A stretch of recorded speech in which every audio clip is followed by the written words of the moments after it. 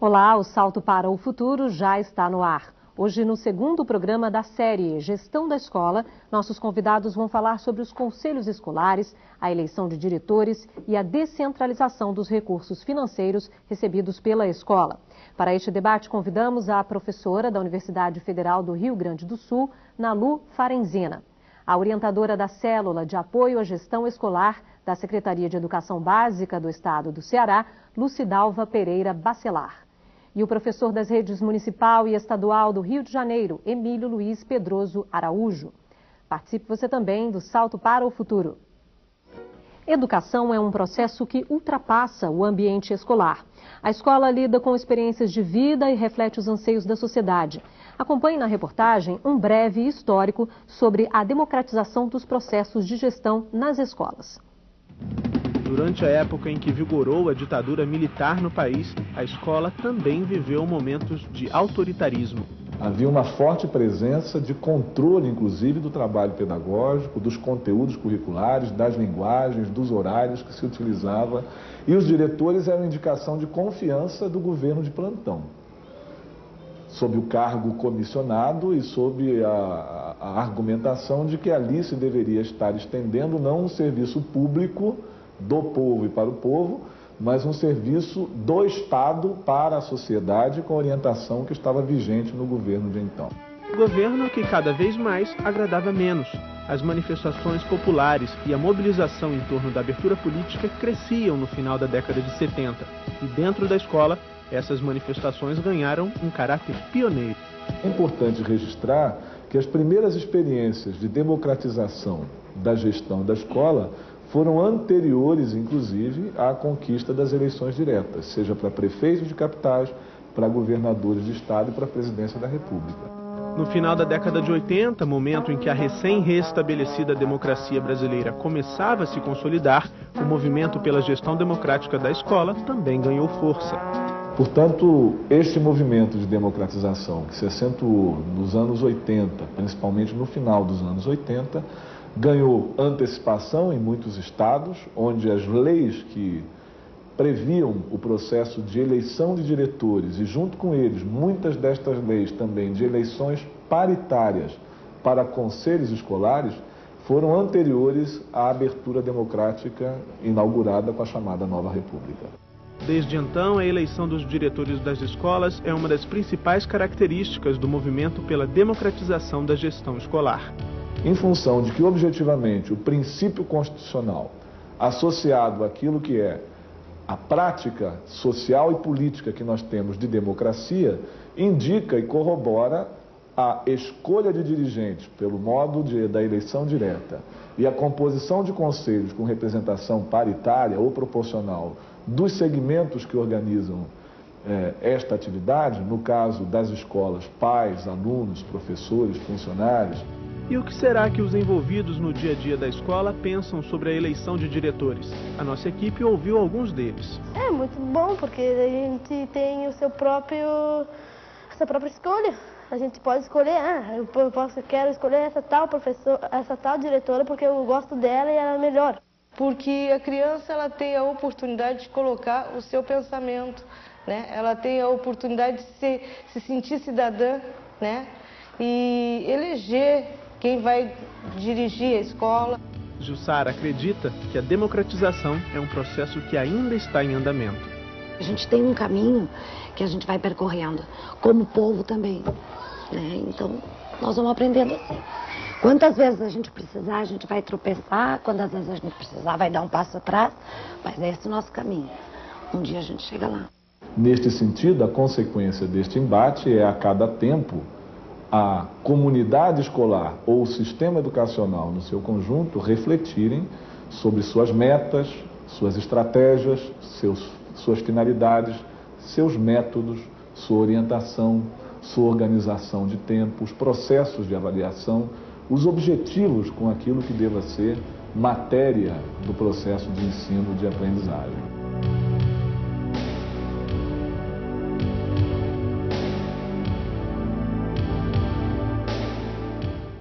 Bom, primeiro eu quero agradecer a presença de vocês no programa de hoje.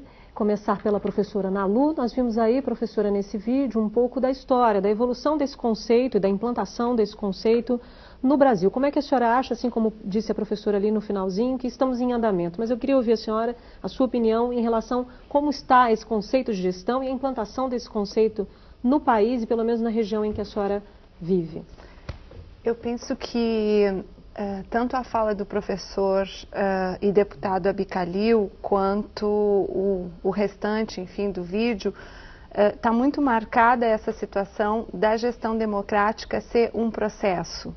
E a gestão democrática da educação ser um princípio constitucional e que foi, e os instrumentos dessa gestão democrática, mais especialmente a eleição de diretores, os conselhos, a formação de conselhos escolares e a descentralização ou repasse de recursos diretamente às escolas para que elas administrem, se constituíram em instrumentos importantes, né, de reivindicação, enfim, do movimento docente, também de alunos, de pais de alunos no processo de transição democrática.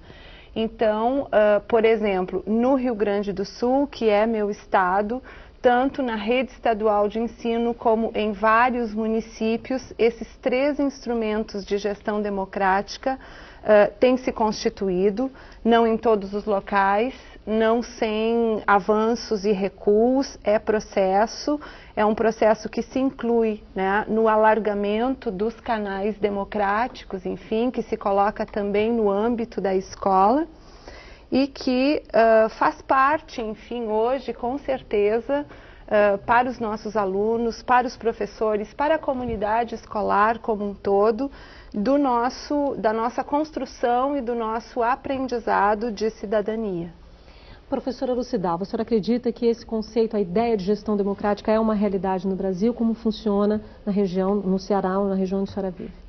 Inicialmente, eu gostaria de saudar todos os nossos telespectadores e, de uma forma bem especial, aos inúmeros educadores que estão distribuídos nas telesalas e por todo o nosso país. Falar de gestão democrática incide em falar em autonomia e em participação. No estado do Ceará, desde 1995, com a política de gestão democrática, sob a expressão Todos pela Educação de Qualidade para Todos, várias ações foram implementadas em busca do fortalecimento desta política, como eleições diretas para diretores escolares, como a transformação das antigas delegacias de ensino em centros regionais, descentralização dos recursos para a gerência da própria escola, dentre outras ações.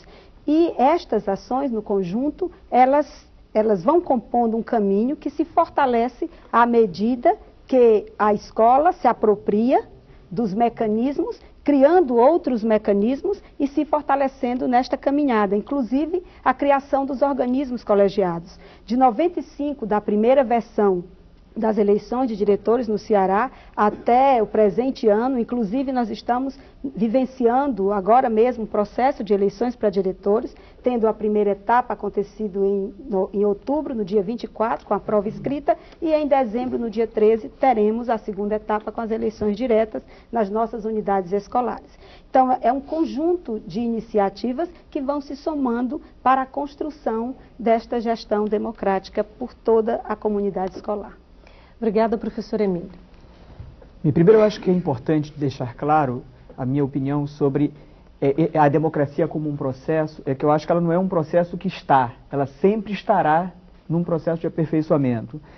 E eu acho que é bastante pertinente que a gente esteja discutindo essa questão nesse momento, até porque há um número cada vez maior de estudos que apontam um desencanto da sociedade com a democracia. Na verdade, a democracia ela não chegou exatamente a ser um instrumento de diminuição da desigualdade, de acesso das pessoas a mecanismos de decisão, etc., na maioria dos casos. Portanto, é necessário que a gente comece um processo de aperfeiçoamento desses mecanismos que foram transferidos às escolas, não só os mecanismos de repasse de recursos, como os mecanismos de eleição de diretores, etc. Até porque nós temos uma sociedade que se organiza de uma maneira que é uma maneira muito centralizada também quando há essa transferência de poder. Portanto, quando o poder vai para dentro das escolas, quando a democratização da gestão vai para dentro da escola, ela passa a se concentrar na mão de alguém. A experiência que eu vivencio é uma experiência que mostra que, na maioria dos casos, nós temos o diretor da escola, ou um núcleo muito pequeno de pessoas no interior das escolas, com o poder de decisão extremamente concentrado nessas pessoas. E isso é ruim. Por quê? Porque isso faz com que as pessoas não tenham a possibilidade de exercitar aquilo que faz com que elas venham a exercitar aquilo que é a razão essencial da democracia, que é esse aprendizado que faz com que elas levem essa experiência para tantos outros espaços. Portanto, eu acho que é muito importante que a gente esteja fazendo essa discussão, não apenas para encerrar nela, mas para que a gente comece a desenvolver um processo de aperfeiçoamento desses mecanismos. Sem isso, a gente vai ter uma frustração cada vez mais significativa com esses procedimentos. Tá certo. A primeira participação do programa de hoje é do Luciano, do Tocantins. Oi, Luciano. Olá, Bárbara. Boa noite a todos. Aqui é do Teleposto, da Escola Estadual Joaquim Francisco de Azevedo, em Tapes do Tocantins. A Secretaria de Educação do Estado do Tocantins vem implementando nas escolas a gestão democrática, promovendo seletiva para coordenadores pedagógicos e diretores, delegando autonomia administrativa e pedagógica, descentralizando também os recursos financeiros com repasse mensais de verbas. A nossa dificuldade é com o envolvimento de pessoas da comunidade no conselho escolar. Pergunta aos participantes da mesa quais os encaminhamentos necessários para que, de fato, os membros do conselho escolar participem ativamente das decisões a serem tomadas pela escola, visto que muitos alegam não dispor de tempo e também não querem assumir responsabilidades sem remuneração. Boa noite e obrigado. Obrigada, Luciana, por essa participação. A gente espera ouvir você ao longo dessa série toda, tá bom? Um abraço para você, Luciana. Que bom te ouvir de volta aqui no Ao Vivo. Obrigada. Professora Nalu. Bom, o Luciano nos traz com certeza uma preocupação que é preocupação de muitas escolas e que diz respeito à necessidade, talvez, ou a importância que existe na implantação da participação, da gestão democrática, e ele traz principalmente a questão da participação da comunidade escolar, dos segmentos da comunidade escolar via conselhos escolares, que é a dificuldade de incentivar e conseguir efetivamente, né, que as comunidades participem. É recorrente, eu não tenho dúvida, isso é algo que eu escuto constantemente no meu contato com as escolas, com diretores, muito com professores que são meus alunos também, dessa dificuldade de participação. Em geral, a gente pensa, voltando a falar na questão de construção e de processo, né, que a construção dessa participação também é algo que precisa ser recorrentemente incentivado. Ao mesmo tempo, na fala do Emílio, ele nos traz um aspecto importante de que a questão da participação, que é a de tomar parte realmente, né, a comunidade escolar, todos os segmentos sentirem que estão efetivamente participando, se isso não acontece, também pode levar a um certo afastamento. Eu acho que existe sim um trabalho, que é um trabalho, acredito que pedagógico, né? Que pode ser desenvolvido seja pelas direções de escola, seja por segmentos, inclusive, de pais, de professores, de alunos, no sentido de um convencimento. Eu acho que nós podemos também falar de uma sedução, no sentido do encantamento, da importância dessa participação para que realmente se constituam projetos coletivos. Bom, a gente tem agora perguntas com a Mônica. Os professores Edenir e Kátia, de Lages, em Santa Catarina, dizem que o boletim apresenta a democratização da educação como elemento influenciado por tendências políticas, econômicas, enfim, uma ação da sociedade. Eles querem saber como agregar tais fatores à gestão escolar e ainda equilibrar as situações internas da escola. Professora Lucidalva? Bem, através da participação, o que já é uma tendência que a escola demonstra, acreditando nesta participação, não somente no sentido de colaboração, mas no sentido de desde o planejamento, a execução e na tomada de decisões, a comunidade ela se faça de fato presente. Até concordo com a professora Ana Lu quando diz que é um trabalho de conquista, que não é fácil. E a escola ela não está fora da sociedade, ela sofre influências desta sociedade e ela influencia também. Então, não se consegue democracia a não ser pela democracia. Então, a escola, através da construção do seu projeto político-pedagógico, ela já diz a que veio, ela já mostra a sua cara. E é importante que este projeto político-pedagógico tenha sido construído por todos que fazem parte da comunidade escolar. Então, há dentro da escola, às vezes, a luta, a gente sente, entre diferentes tendências. A tendência, principalmente, por exemplo, as tendências pedagógicas. Há práticas que são autoritárias, há práticas que são tradicionais. Então, daí é que se convence, este convencimento com esta participação de que a escola ela precisa ter uma sintonia, não um pensamento comum. A divergência ela faz parte do fórum, né, das discussões, e é importante que as pessoas até apresentem essa divergência, ela faz parte do ambiente democrático, da pluralidade de pensamentos que deve coabitar no seio da educação, no seio da escola. Agora, a escola mostrando que vence porque tem um projeto político-pedagógico que foi construído com a participação de todos e que todos estão unidos para que este projeto tenha sucesso. A Célia do Tocantins vai participar agora. Oi, Célia. Boa noite, Bárbara. Convidados. Sou orientadora de aprendizagem do teleposto do Colégio Estadual Bernardo Sayão. Sabe-se que a autonomia financeira das escolas, através da gestão participativa da sociedade, ela é fundamental para promover uma educação de qualidade. O que fazer para que esta conquista seja alcançada sem entrar em choque com os administradores, já que se percebe uma resistência quanto a esta descentralização? Obrigada e até amanhã. Até amanhã, Célia. Obrigada por essa participação mais uma vez. Professor Emílio. Eu acho até que, de certo modo, eu me referia a essa resistência, e me parece que a Célia, quando fala dos administradores, ela fala dos mantenedores, portanto, me parece que dos gestores. Eu acho que há um número cada vez maior de experiências no sentido dessa transferência de recursos financeiros para as escolas por parte ou do chefe do executivo estadual ou municipal. Eu acho que essas experiências são experiências que, apesar de muito heterogêneas, elas demonstram uma evolução no sentido da compreensão de que é importante que esse exercício seja realizado. Agora, eu acho que há uma outra resistência que me parece que não seria o foco da questão que a Célia se referia, que é aquela a que eu me referia na minha fala inicial, que é como é que o administrador da escola, como é que as pessoas que coordenam, que dirigem a escola, que têm a responsabilidade de gestão da escola, como é que elas concentram isso.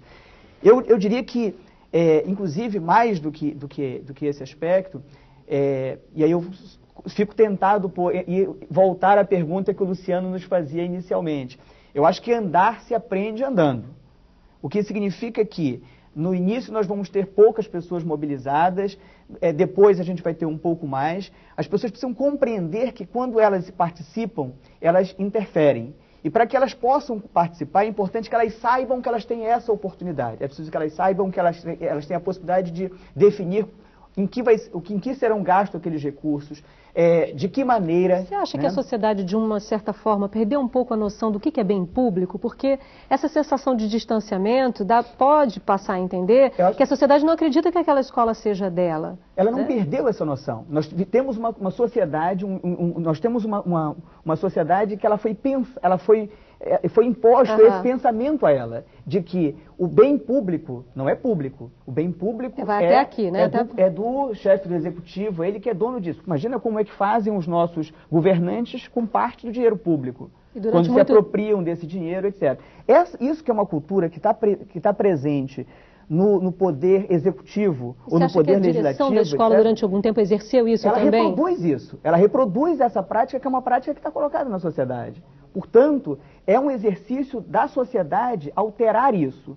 Portanto, Eu acho que a questão que a Célia levanta, ela tem relação com isso, com aquilo que o Luciano dizia. Nós precisamos fazer com que a sociedade, lentamente, nós gostaríamos que fosse apressadamente, ela participasse cada vez mais para que fizesse o quê? Exatamente mudasse a cabeça das pessoas, de todos nós. Fizéssemos que nós pensássemos diferente, pensássemos que o que é público mesmo. Até porque muitos diretores dizem o seguinte, nós não convocamos mais reuniões para que as pessoas decidam sobre o que fazer com o dinheiro, porque as pessoas não vêm para a reunião. Isso é bom, ou seja, de uma certa forma até bom para eles, né? É muito aquela história de quem nasceu primeiro, o ovo ou a galinha. Ou seja, são as pessoas que não participam e por isso nós não convidamos, ou as pessoas não participam porque nós não convidamos, porque nós não insistimos para que elas participem. Por uma direção autoritária, isso é ótimo, né?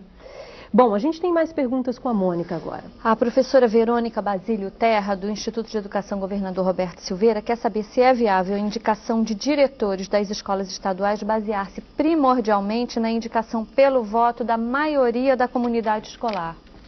Nalu. Bom, é Rosana.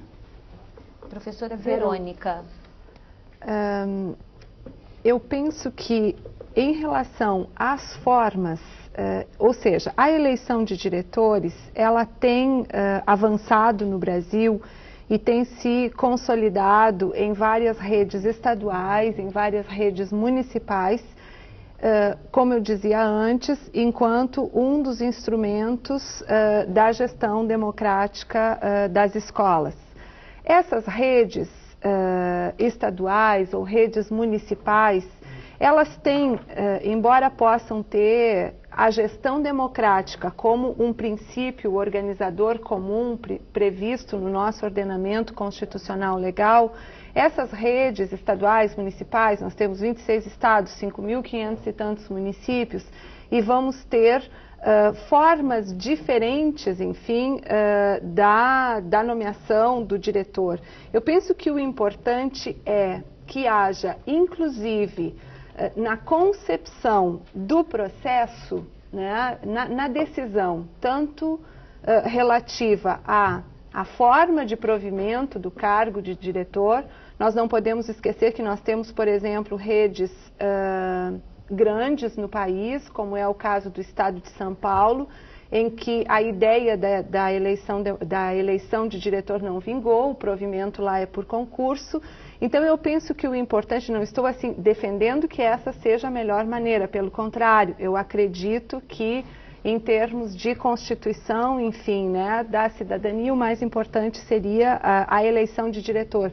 Mas em síntese, seria importante que as sociedades, né, locais ou estaduais, o movimento docente, pais de alunos, funcionários de escola, participassem dessas definições da concepção da forma de provimento do cargo de diretor.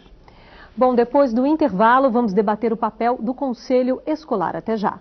Gestão democrática na escola. Meta para uns, realidade para outros. Muitas instituições estão conseguindo que todas as pessoas envolvidas no processo escolar participem das decisões por meio de representantes eleitos. Vamos ver na reportagem como uma escola de ensino fundamental em Porto Alegre faz do seu conselho escolar um espaço democrático. O conselho da escola Deputado Marcírio Goulart Loureiro, em Porto Alegre, é formado por representantes de 4 segmentos: pais, alunos, professores e funcionários, todos eleitos. Cada segmento elege separadamente seus representantes. Se faz uma assembleia, né, e se elege os seus representantes, porque nós não interferimos nas decisões dos outros segmentos. A gente fica por dentro de tudo, dos problemas, né? É isso que eu acho, né? E é bom, né? Porque aí a gente ajuda a escola, né? Resolver.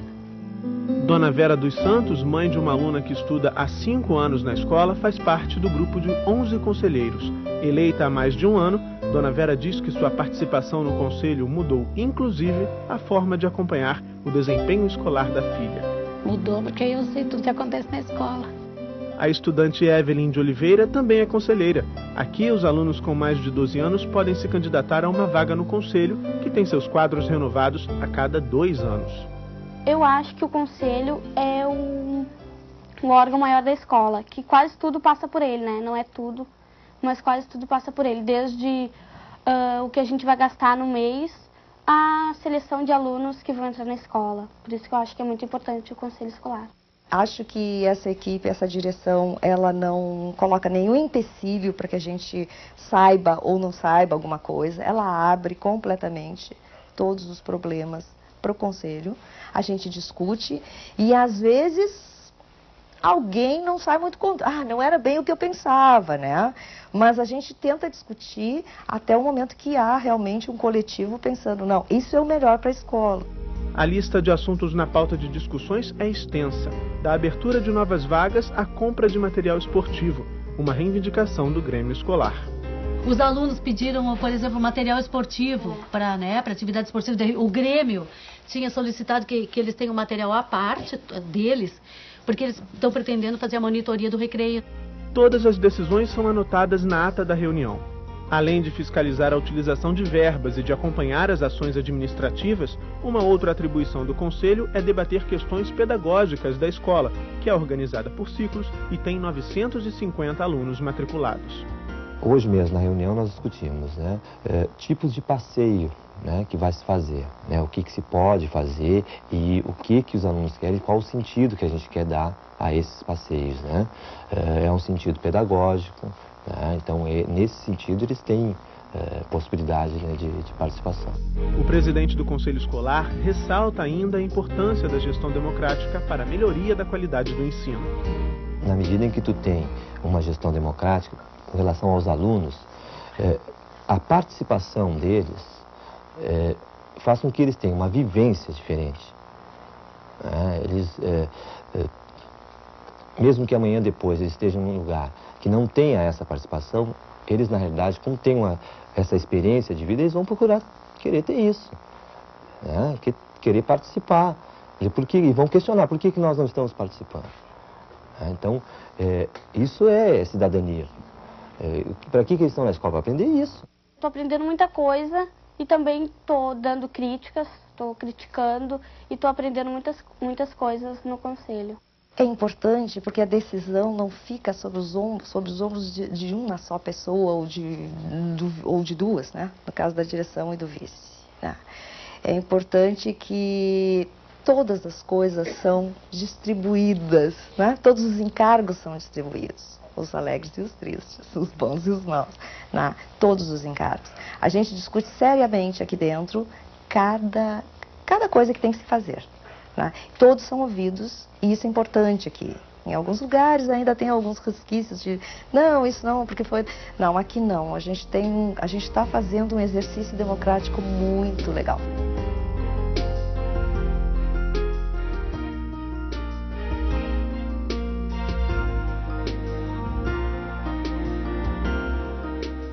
Professora Lucidalva, eu gostaria que a senhora comentasse essa reportagem que a gente acabou de mostrar e falasse também, a gente viu ali nesse conselho especificamente um pouco das atribuições desse conselho. Eu gostaria que a senhora comentasse também qual é o papel do conselho, quais devem ser essas atribuições desses conselhos escolares.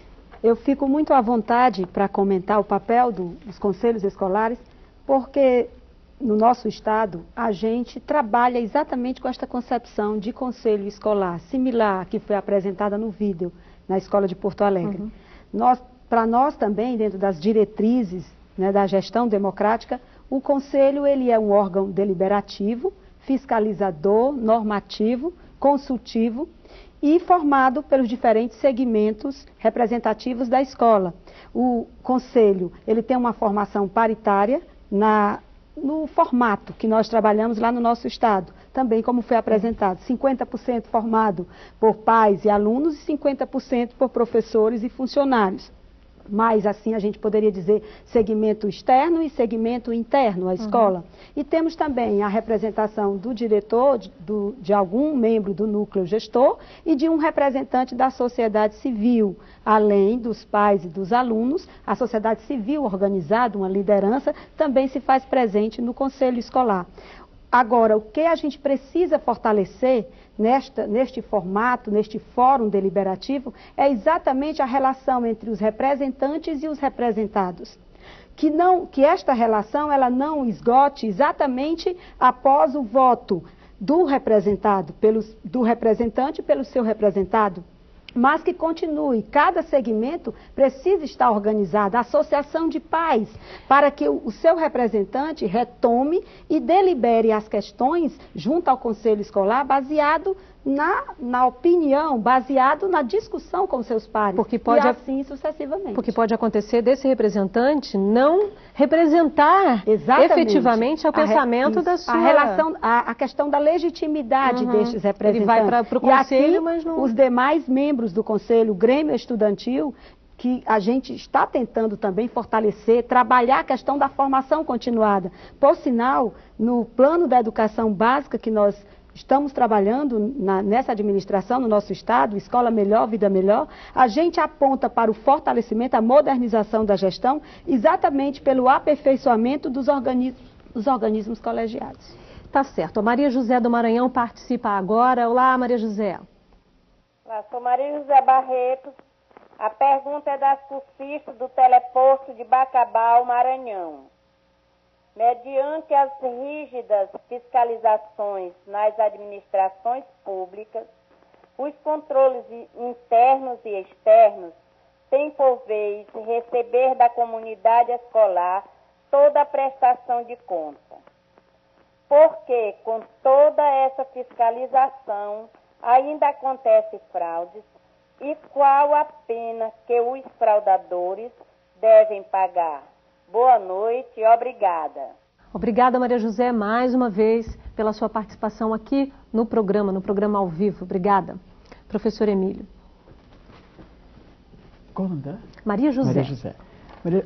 Eu acho que a questão que a Maria José levanta é uma questão suficientemente complexa que daria para a gente discuti-la sobre vários aspectos. Mas por que eu acho que ainda continuam acontecendo fraudes? Primeiro, por conta de toda uma prática que é uma prática muito corriqueira.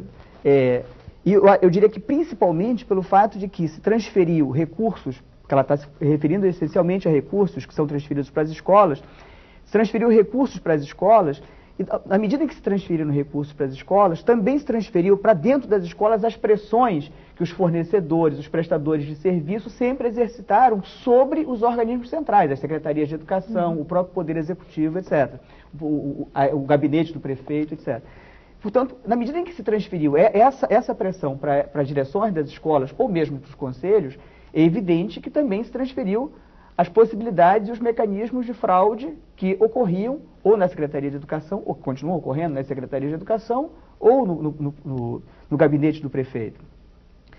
Eu acredito o seguinte, que é necessário que sempre que sejam detectadas fraudes, é necessário que essas pessoas paguem exatamente da mesma maneira que o secretário de Educação respondam por isso, façam a devolução de recursos que eventualmente foram desviados para os cofres públicos, da mesma maneira que nós devemos estabelecer mecanismos de aperfeiçoamento da democracia e do controle, tanto externo quanto interno, dos nossos órgãos administradores, de modo que isso também seja feito dessa maneira. Ou seja, é necessário que as pessoas paguem por aquilo que é desviado.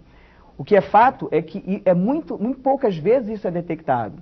E aí, eu até diria por fim o seguinte, muito dessa transferência de recursos que foi feita para a escola veio acompanhada de uma interferência de políticos nas escolas. Ou seja, são deputados, são vereadores que trazem junto consigo, mesmo quando há eleição de diretores, fornecedores, etc., e passam a proteger aquela escola, e junto com a proteção daquela escola, eles passam a trazer exatamente a influência de uma ou outra empresa, de um ou outro fornecedor de merenda, de material... Ou seja, essa própria gestão democrática também não está imune a uma prática clientelista. É possível... Como não poderia estar numa sociedade de seres humanos.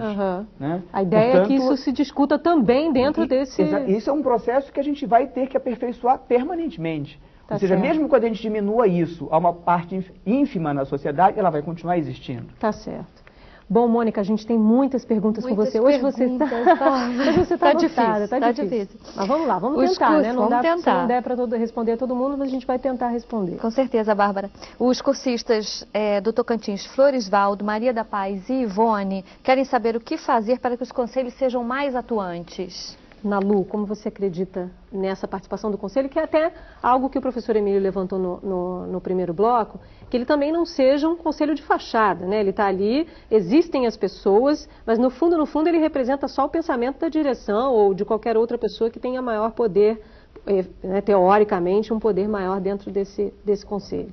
Sim, eu penso que além de uma responsabilidade que eu já havia inclusive falado antes, né, dos próprios professores ou de grupos de pais ou de grupos de alunos ou de diretores da escola, no sentido, enfim, de promover, de incentivar essa participação, eu gostaria de tocar também num outro ponto que diria respeito, mais especificamente, aos próprios professores, a formação dos professores, né? Professores esses que hoje em dia, principalmente em todas as redes em que há eleição de diretores, não serão apenas professores, podem também se tornarem, né, diretores de escola. Então, eu acho que quer dizer, as agências formadoras, as instituições de ensino, as próprias secretarias de educação, né, também penso que tem um papel importante a cumprir, né, no caso das instituições de ensino superior, que as questões de democracia, de participação, de ética na gestão, de controle público e social, né, façam parte da própria formação, enfim, do docente, como as secretarias de educação têm o seu papel nos processos de formação continuada de professores, também na promoção, né, da gestão democrática, da participação, da ética na gestão. Eu levanto esse como um ponto a mais e que inclusive é externo à escola, mas que também é fundamental. Tá certo. A Mônica, voltamos com a Mônica. A Ciseni da TV Escola de Anápolis diz que o Fundef está previsto para funcionar até 2006 e ela quer saber se já existe outro fundo para substituí-lo.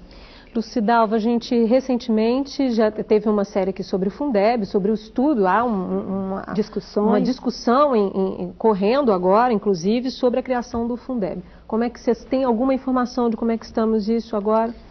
Nós consideramos que a urgência em se chegar a um denominador comum, principalmente com relação à fonte de financiamento para a educação infantil e para o ensino médio. Vejam que no nosso estado nós estamos passando por muitas dificuldades com relação à expansão e à melhoria da qualidade do ensino médio, já que o estado aporta bastante recursos no Fundef, né, na transferência desse recurso para as redes municipais, para o desenvolvimento do ensino fundamental e, em contrapartida, aumenta a matrícula, a demanda por oferta no ensino médio e o estado se vê numa situação delicada. Como cumprir, não é, com esta expansão e essa preocupação que hoje não pode ser somente com relação ao ensino fundamental, mas sim com relação a toda a educação básica. Só para ficar claro, quem não pôde acompanhar, o Fundeb seria o Fundo de Desenvolvimento da Educação Básica, que compreende ensino fundamental, educação infantil, ensino fundamental e ensino médio. Agora a gente tem o Antônio do Ceará. Olá, Antônio. Olá. Boa noite. Sou professor da escola José Benevides, no Ceará. A minha pergunta é a seguinte: como os alunos podem intervir na Secretaria de Educação pedindo recursos financeiros para aplicar na sua escola, usando e visando a gestão democrática, ou seja, a democracia como apoio principal para isso?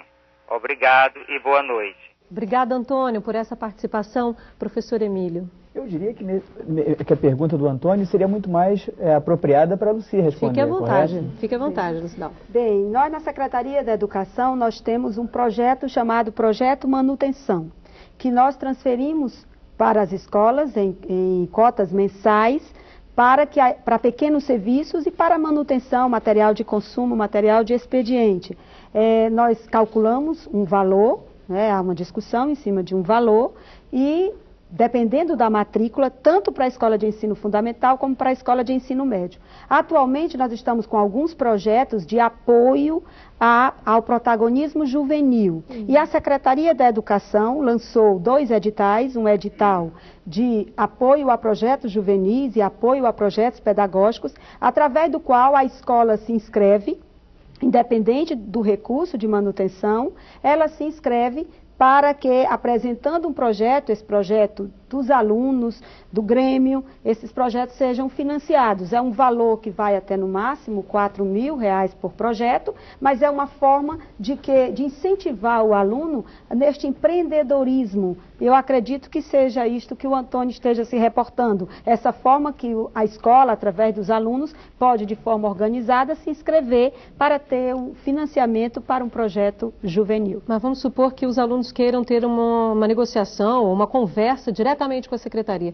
A Secretaria está aberta para receber uma comissão de alunos, somente de alunos, por exemplo? Sem dúvida alguma. Estamos, inclusive, nós temos no setor que eu trabalho, na coordenadoria que eu trabalho, a coordenadoria de apoio à gestão escolar, apoio aos organismos colegiados, e além deste fórum, nós temos os fóruns regionais.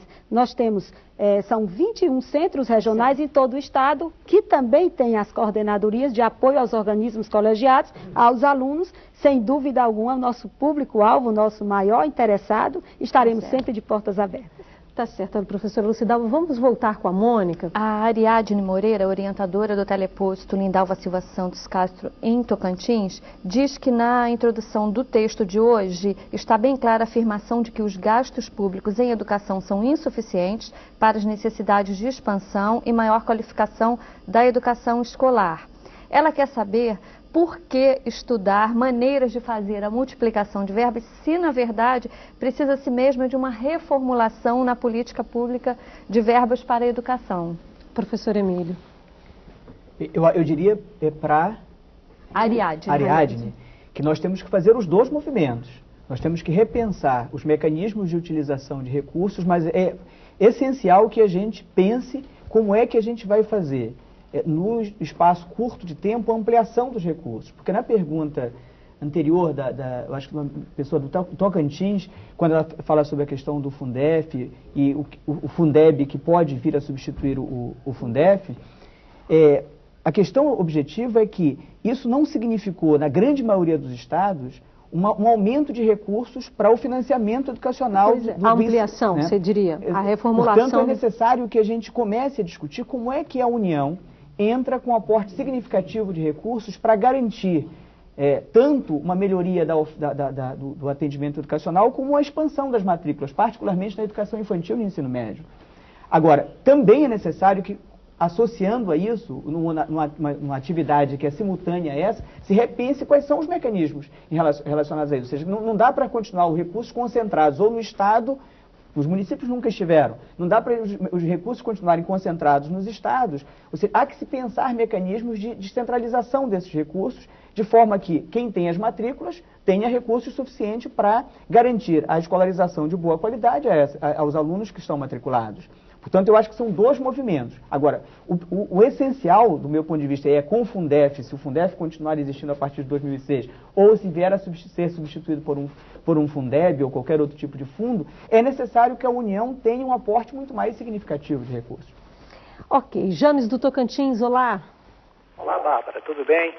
Sou o professor James Aguiar Araújo, orientador de aprendizagem do teleposto da Escola Estadual Bartolomeu Bueno da Silva, em Carmolândia, Tocantins. Meu questionamento é o seguinte: quais estratégias devem ser adotadas para mobilizar a equipe escolar e a comunidade no processo de descentralização financeira da gestão e fazer valer os conselhos escolares? Boa noite e até a próxima. Até a próxima, James. Conto com você. Já sabe, né? Professora Ana Lu, essa é uma grande questão, parece já tem sido recorrente aqui hoje, não só como mobilizar, como fazer, como implementar. Quais são os caminhos, ou se há alguns caminhos aí a ser percorridos, quais são esses caminhos? Bom, no meu entendimento, o James, ele pergunta especificamente da gestão ou descentralização financeira, E eu queria aproveitar até para concluir algo que eu dizia antes, da importância do movimento organizado, inclusive de docentes, de alunos, às vezes também, enfim, de diretores, em cada rede, em cada município ou na rede estadual, no sentido de que haja uma discussão da concepção, do formato, enfim, que vão assumir os programas, os projetos, enfim, de descentralização financeira existentes. Acredito também, hoje nós temos inclusive em várias redes estaduais esse projeto implantado. No caso das escolas públicas brasileiras de ensino fundamental, a maioria delas recebe um recurso que é pequeno, mas que é do programa Dinheiro Direto na Escola. E em termos de, vou chamar de ética na gestão, o que eu considero importante, então, no âmbito de cada escola, embora haja, então eu dizia antes, né, que seja importante uma discussão dentro de um município, por exemplo, do movimento docente, alunos, pais de alunos, dirigentes educacionais, discutirem a implantação de um programa como esse e se prepararem para um programa como esse. Eu acredito que deve haver capacitação não só dos dirigentes, mas também de alunos, de professores, de funcionários, de todos os segmentos que vão participar via conselho escolar, né? Na elaboração de planos de aplicação ou na prestação de contas dos recursos recebidos. Com certeza também é necessário o desenvolvimento em cada escola de um projeto também de capacitação nesse sentido de adoção de um programa de descentralização financeira. Bom, hora de fazer uma pausa e depois do intervalo, nossos convidados fazem as suas considerações finais sobre o encontro de hoje. Até já. Você acompanha o segundo programa da série Gestão da Escola. E a partir de agora, nossos convidados destacam os principais pontos do debate de hoje. Eu quero começar pela professora Lucidalva. Quais são os seus destaques, professora, sobre o que debatemos aqui? Que é preciso a gente continuar na luta pelo fortalecimento da gestão democrática. É um espaço que a gente conquistou e precisa conquistar muito mais. E gostaria de encerrar com as palavras do nosso nobre Anísio Teixeira. Só existirá democracia no Brasil no dia em que se montar no país a máquina que prepara as democracias. Essa máquina é a da escola pública. Muito obrigada a todos. Professora, a gente ainda tem um tempinho, a senhora foi rápida. E eu queria que a senhora dissesse para os professores que ainda não implantaram a gestão democrática na sua escola, na sua rede, se há algum caminho a percorrer, se esse caminho tem um primeiro passo. Qual seria esse primeiro passo na sua ideia, pelo que a senhora vivenciou lá na sua rede, na rede em que a senhora trabalha? Com prazer. Há muitos caminhos. O primeiro da discussão e da elaboração da proposta político-pedagógica da escola. Esta autonomia de construir a proposta, que é o elemento norteador.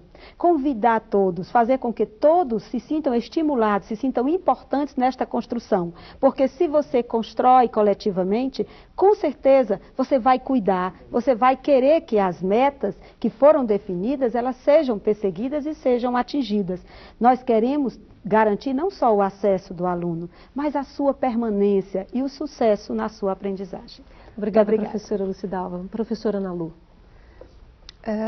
Hoje em dia, quando eu gostaria assim, de falar especificamente do tema da descentralização financeira, do repasse de recursos para serem administrados diretamente para as escolas, muitos programas falam que tem como objetivo, através desses programas, a garantia da construção do projeto político-pedagógico da escola, ou a eficiência, ou a agilidade, ou a participação. Eu gostaria também de lembrar, né, já que começamos esse programa, inclusive, falando da história, né, da defesa da gestão democrática como princípio, que esse instrumento de descentralização, ele também teve em suas origens, a garantia da gratuidade do ensino através do repasse, ou seja, evitar que as escolas tenham que constantemente gerar recursos, seja através da cobrança de contribuições espontâneas ou outras formas, enfim, encontradas, e que, através do repasse, tenham um recurso seguro, garantido e que possam até, né, através disso, fazer promoções, às vezes até gerar recursos, mas não com o objetivo de estar permanentemente tendo que dar conta, né, da manutenção da escola através dos recursos próprios. Então, eu considero importante, junto com olhar para a descentralização de recursos às escolas, como uma efetivação ou uma forma de efetivação de um princípio da nossa educação, que é a gestão democrática da educação, mas junto com isso um olhar também para programas como esse, como podendo efetivar também o princípio da gratuidade do ensino, que com certeza é caro, né, a todos quantos querem o aperfeiçoamento da nossa democracia. Obrigada, professora Ana Lu. Professor Emílio, seus destaques. Eu diria que o essencial desse processo, dessa discussão, dessa série do Salto para o Futuro é exatamente a possibilidade que nós temos de reacender a chama da democracia, da democratização das nossas escolas. E nesse sentido, eu acho que quando a gente pensa em reacender a chama, significa que cada uma das pessoas que está participando de maneira tão efetiva desse debate, pense não só no espaço da sua escola, mas como no espaço das suas redes, das suas comunidades, etc. Como é que a gente pode fazer para aperfeiçoar esses mecanismos de democracia que a gente conquistou de maneira tão dura, né? Tantas pessoas morreram, tantas pessoas foram presas, reprimidas, no processo em que a gente vivenciou as conquistas da democracia no Brasil e nas nossas escolas. E aí, nesse sentido, é que eu gostaria de deixar duas contribuições aqui para que a gente pensasse sobre isso. Eu acho que, na verdade, duas contribuições que podem ser sintetizadas numa compreensão que é a seguinte. Eu creio que, da mesma maneira que existem processos de indução da democracia ou da democratização, da transparência, feitas a partir do centro, por exemplo, a legislação federal obriga tanto os governos estaduais quanto os governos municipais a apresentarem suas contas, a darem publicidade às suas contas públicas, a licitarem com transparência, etc, etc. Portanto, eu acho que é possível que a gente pense em mecanismos onde as secretarias de educação municipais e estaduais proponham mecanismos, exercitem mecanismos com as suas escolas que sejam mecanismos que também induzam exatamente a essa forma de transparência. Para dar dois exemplos. A definição, por exemplo, de preços, quer dizer, fazer cotação de preços, cotação de preços mínimos, cotação de preços máximos, fazer com que esses mecanismos sejam mecanismos que dê transparência à gestão. Desculpe, mas nosso tempo já acabou mesmo. Bom, o segundo programa da série Gestão da Escola termina aqui. Eu quero agradecer as presenças da Ana Lu Farenzena, professora da Universidade Federal do Rio Grande do Sul, da Lucidalva Pereira Bacelar, orientadora da Célula de Apoio à Gestão Escolar da Secretaria de Educação Básica do Estado do Ceará, e do Emílio Luiz Pedroso Araújo, professor das redes municipal e estadual do Rio de Janeiro. Amanhã vamos debater a gestão democrática do projeto político pedagógico. Até lá!